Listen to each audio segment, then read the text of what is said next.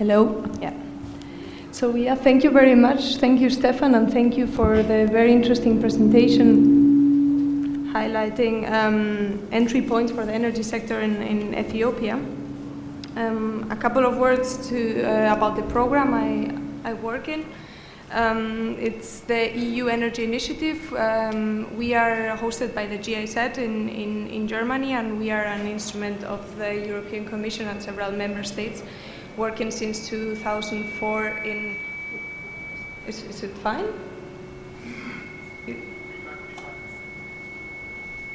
Like this? Okay. Okay, now it's fine. So we work providing technical assistance on energy topics. We've worked with most regional economic communities in Africa and with most national governments.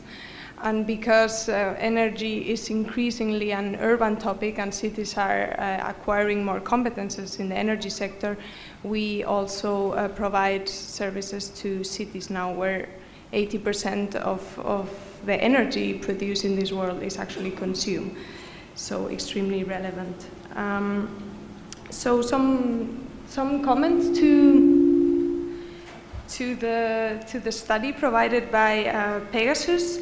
I really appreciated in the policy brief that I read that the recommendations were divided in the different sectors. So for national governments, regional and municipalities, I believe that this vertical integration is key to achieve something in the energy sector.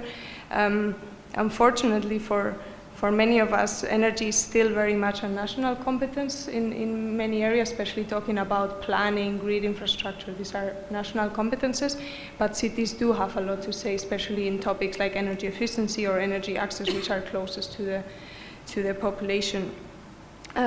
We are also doing some research in energy scenarios for African cities, and something that we believe is very important as well is to tailor the recommendations not only for policymakers but also for other actors. We believe that the private sector, academia, and also civil society have a key role to play in defining this and in transitioning to a more sustainable system in cities.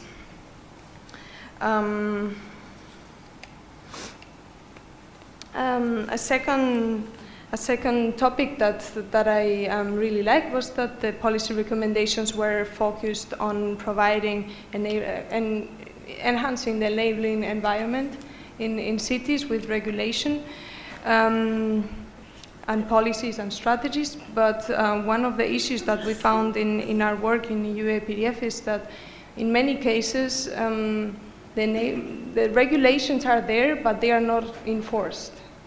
Right, and there are many barriers to this. You have highlighted many of them. One is data, and Megan as well. One is data, financing, which is also addressed in the paper. And a key one is also the implementation capacity that actually cities have. We've heard many times that cities kind of have ideas, have projects, or are even commanded to do something, but they don't really have the mandate to do it. So then no action takes place.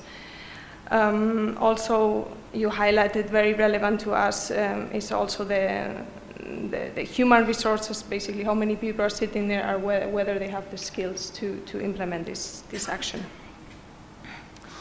Another topic that really struck us. I come from the energy sector, so it's very interesting to me to be in a cities gathering.